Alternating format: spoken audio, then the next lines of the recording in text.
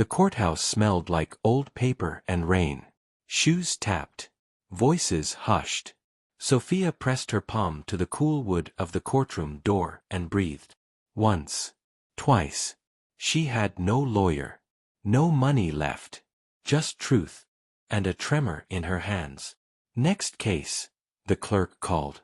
She stepped in.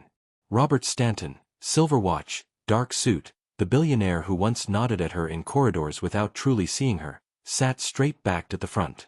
His fiancée, Evelyn, wore a thin smile and a sharp perfume that cut through the air like glass. Robert didn't look at Sophia. Not yet.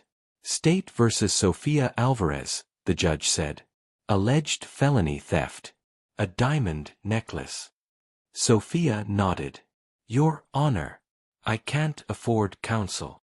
A whisper rippled across the benches. Emma, the older housekeeper who'd hugged Sophia in the staff kitchen on long nights, lifted a hand as if prayers could travel through air. John, the prosecutor, rose with a careful smile and a stack of papers. The stack made a soft, cruel thud when it landed. You're representing yourself? The judge asked. Yes, Your Honor. Her voice was steady. Her knees were not. Silence. Robert folded his hands. He had the look of a man used to the world aligning when he spoke. He didn't speak. Sophia swallowed. She remembered tying a small boy's tie in the hallway years ago, little fingers fumbling, bright eyes shining. Michael. Robert's son. He had laughed when she made a rabbit with ears story out of the knot. A soft memory. A quiet ache. Proceed, the judge said. John began. We will show video, fingerprints, and motive. His eyes flicked toward Evelyn. Opportunity as well. Sophia stared at the evidence bag. The diamond necklace lay inside like a cold moon caught in plastic. It looked heavy. It looked like it belonged to another planet.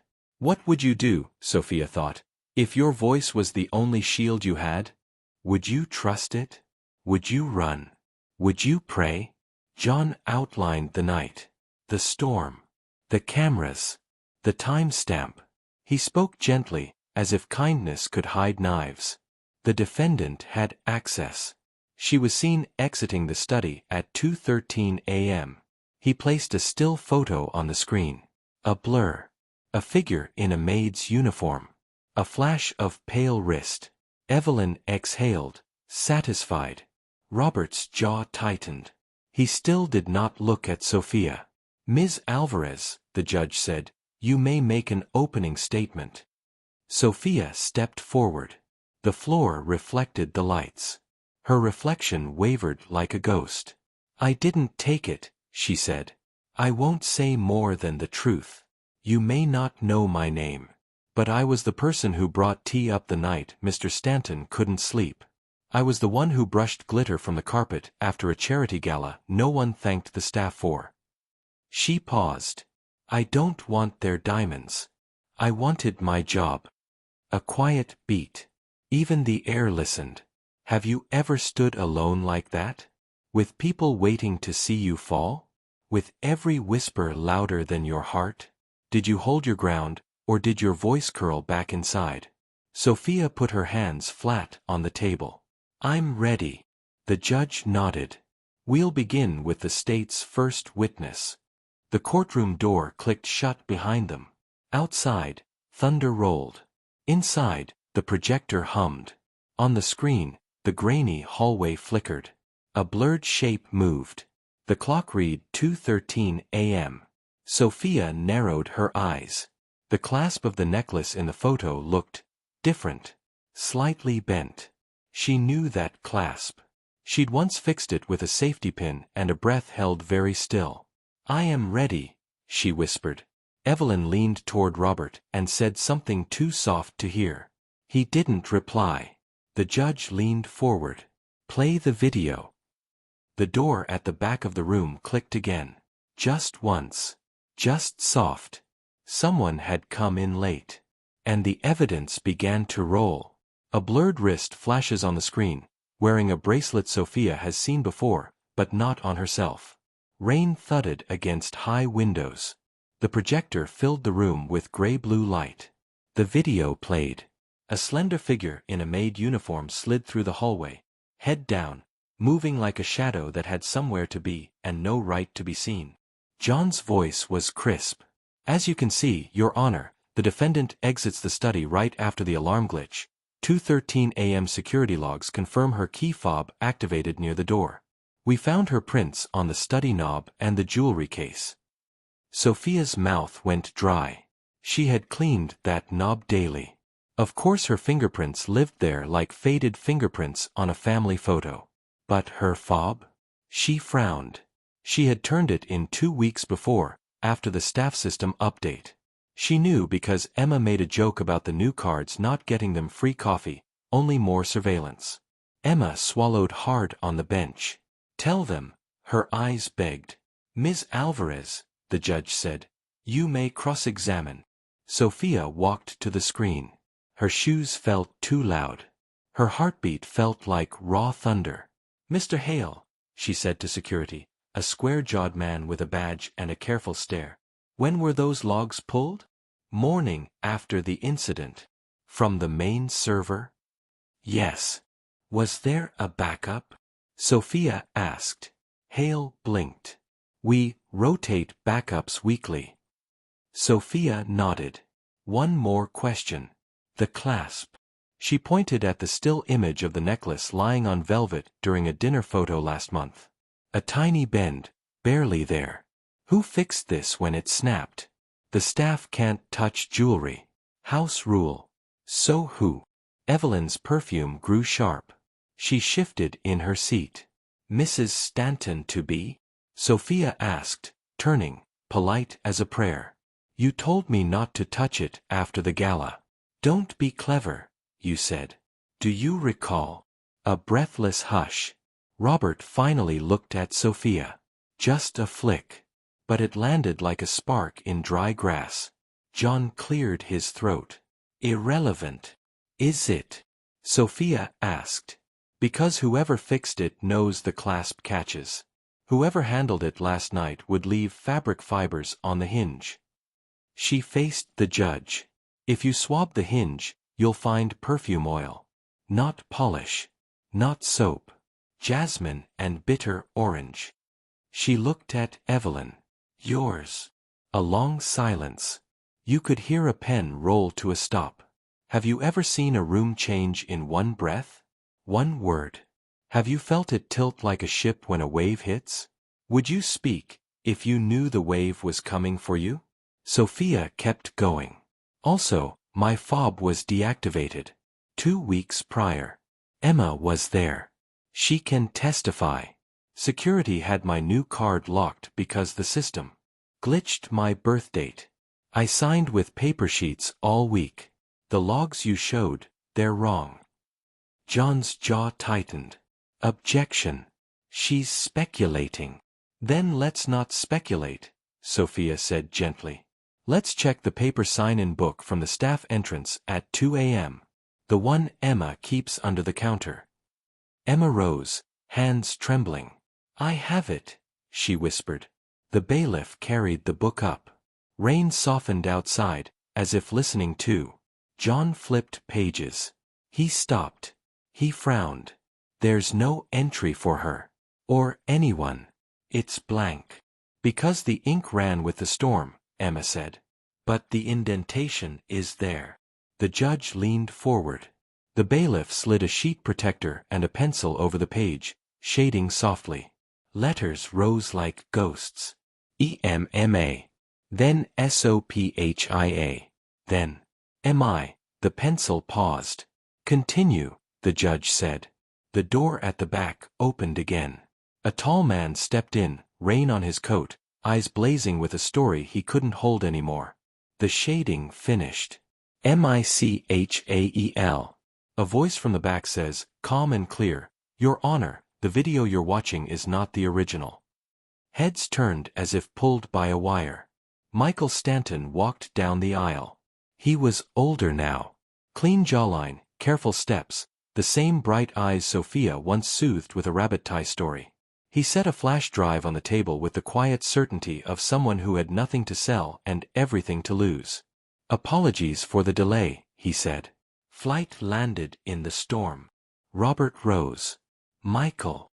Evelyn's smile cooled. "Michael," she echoed. Sugar turned to frost. John folded his arms. "And you are?" "Michael Stanton. I request to be heard as an interested party." He glanced at Sophia. Their eyes met. A soft moment. The kind that says, "I remember." The kind that steadies hands. "On what grounds?" the judge asked. "Truth," Michael answered simply. "And a backup drive security, rotates weekly, but forgot about." The attic camera above the west corridor. It was installed when the roof leaked last winter. It feeds to a local drive, not the main server. Hale's face paled. "That system is offline." "Was," Michael said. "I turned it on 2 nights ago when something bothered me. Dad, you told me to leave it to the lawyers, but—" Robert's voice cracked. "Son, this isn't—" "I know." Michael looked at Evelyn. "This is worse." The judge nodded to the clerk. The video loaded. Grain sharper. Angle higher.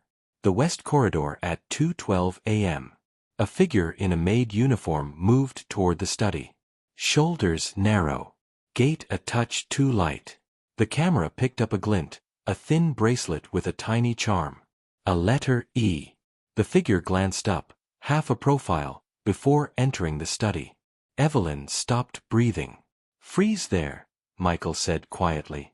The clerk froze the frame. The charm shone. An E.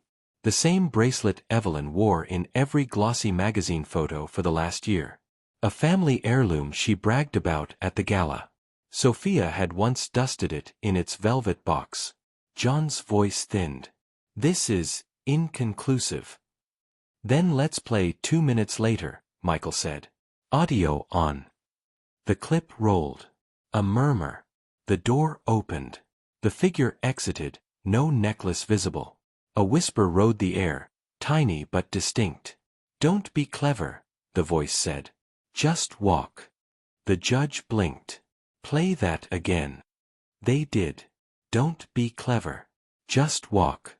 Silence spread like ink. "What would you do if this was your family?" Michael asked the room softly. "If the truth cut through everything you built? Would you protect the lie? Or would you face the fall?" Robert stared at the screen. At his fiancée. At his son. His fingers tightened on the chair. He looked older in a single breath. "Your Honor," Michael said, "I also pulled server logs. The main system shows a glitch at 2:13 a.m., but the attic camera shows no glitch. Metadata on the main video was modified at 3:04 a.m. by Admin 2. He looked at Hale. "Who is Admin 2? Hale swallowed. "That's me." "And who asked you to stabilize footage and clear noise?" Michael pressed. "Who told you to compress to a lower bitrate?" Hale's eyes slid toward Evelyn. She said we needed clarity." Evelyn stood. "Enough. This is a circus." "Sit," the judge said. A soft beat. Even the rain waited. Michael exhaled. "There's more." Michael held up a second folder, bank ledgers with a shell company name that made Evelyn's eyes flicker. Everythin LLC. Paper whispered as it opened. Numbers lined up like soldiers on parade. Michael spread the ledgers on the table. "Donations from Dad's foundation to Everythin LLC," he said. "A shell that bills for security consulting and jewelry insurance audits." He looked at Robert. "That's your money. That's the staff's bonus fund. That's the scholarship you promised to the night cleaners' kids." Robert's face folded. "I never approved this." Evelyn gave a soft, incredulous laugh. "You signed what I put in front of you. You wanted freedom from details." John shifted. "We're straying from the theft." "No," Sophia said quietly. We're not. She turned to the judge. Because stealing a necklace was never about a necklace. It was about creating a loud story to hide a quiet one. Money moving in the walls. Emma rose. I saw her, she blurted. Not her face. But the perfume. The way it hits like orange peel and frost. She brushed me in the service corridor. At 2:10. She wore my spare apron. She told me to go home early. Evelyn's smile vanished. You're making this up. Emma looked at Sophia. I didn't speak because I was scared. I thought, who would believe me? Her voice thinned. So I prayed. And I waited. I'm sorry. Sophia's eyes softened. You were brave to come now. Michael pointed to another page. And there's this. The staff fob system.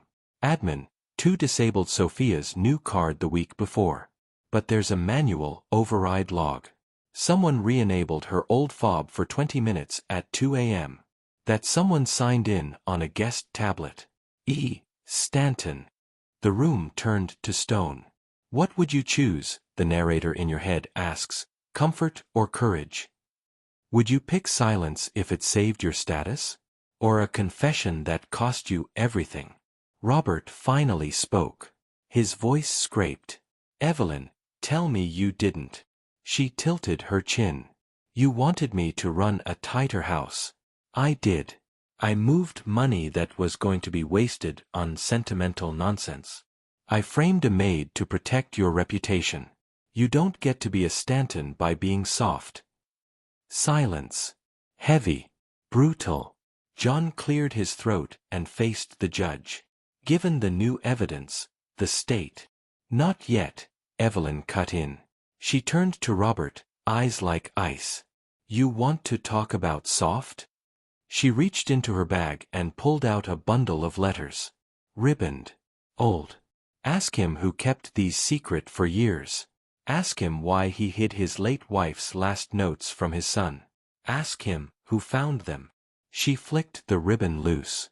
Paper fluttered like trapped birds. I did. And I will read them. In open court. Michael's breath hitched. Mom's letters. Robert flinched. Stop. Evelyn smiled, cruel and thin. Confession for confession. The judge slammed the gavel.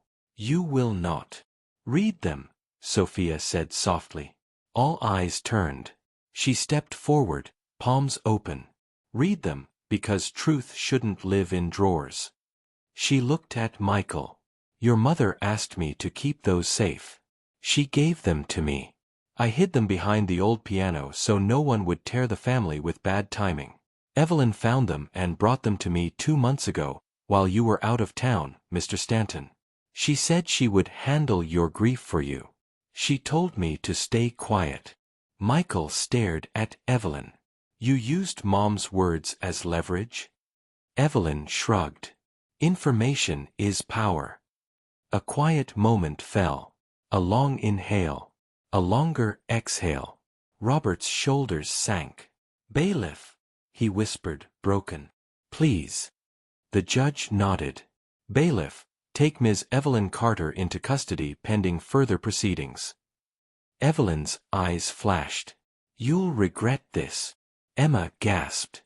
The bracelet on Evelyn's wrist, the E, caught the light as the cuffs clicked.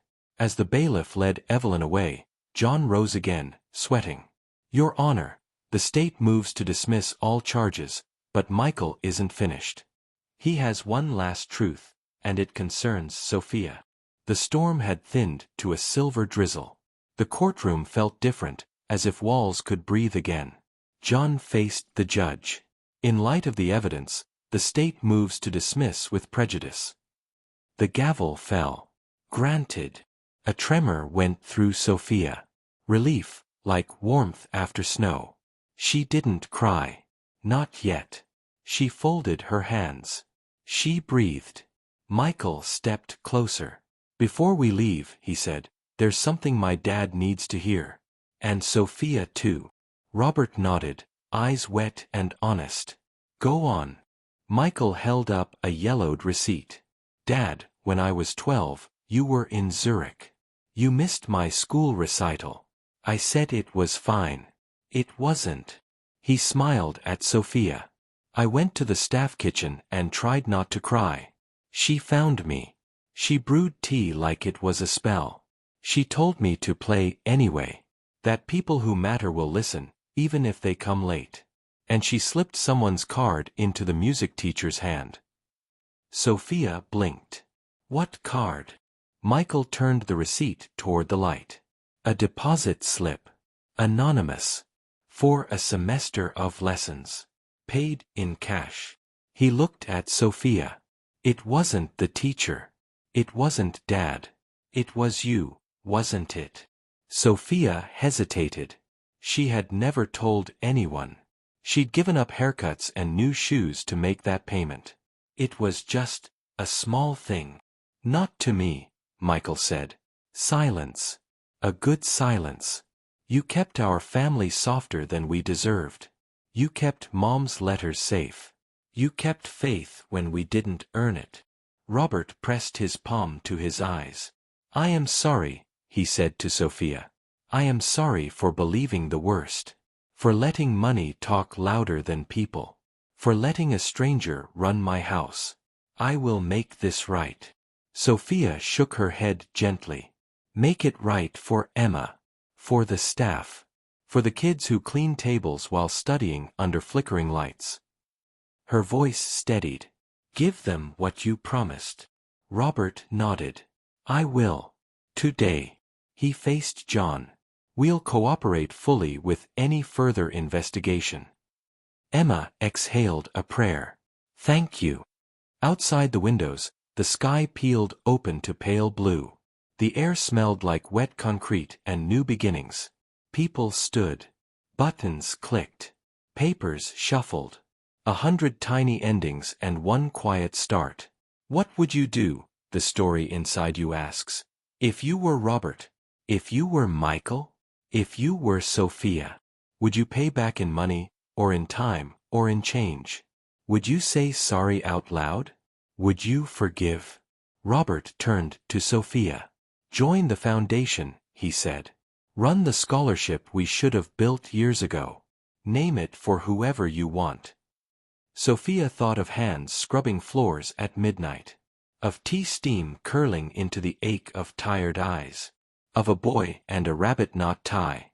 We'll name it the Letters Fund, she said. For words we kept safe. For voices that need to be heard. A soft breeze slipped through the open door. People smiled without meaning to. Michael laughed, quick and bright. Emma dabbed her eyes with the edge of her scarf. Silence, warm and full. The kind that follows truth. On the courthouse steps, they paused under a thin sunlight. Reporters asked questions. Cameras blinked. Michael didn't look at them. He looked at Sophia. Family is who shows up, he said. You showed up. She nodded. You did too. He held out a hand. Not from above. Side by side. She took it. What do you believe matters more, status or character? If you had the power to expose a lie that protects your comfort, would you do it? And if you were Sophia, walking into that courtroom alone, who would you want to be waiting when the truth finally arrived?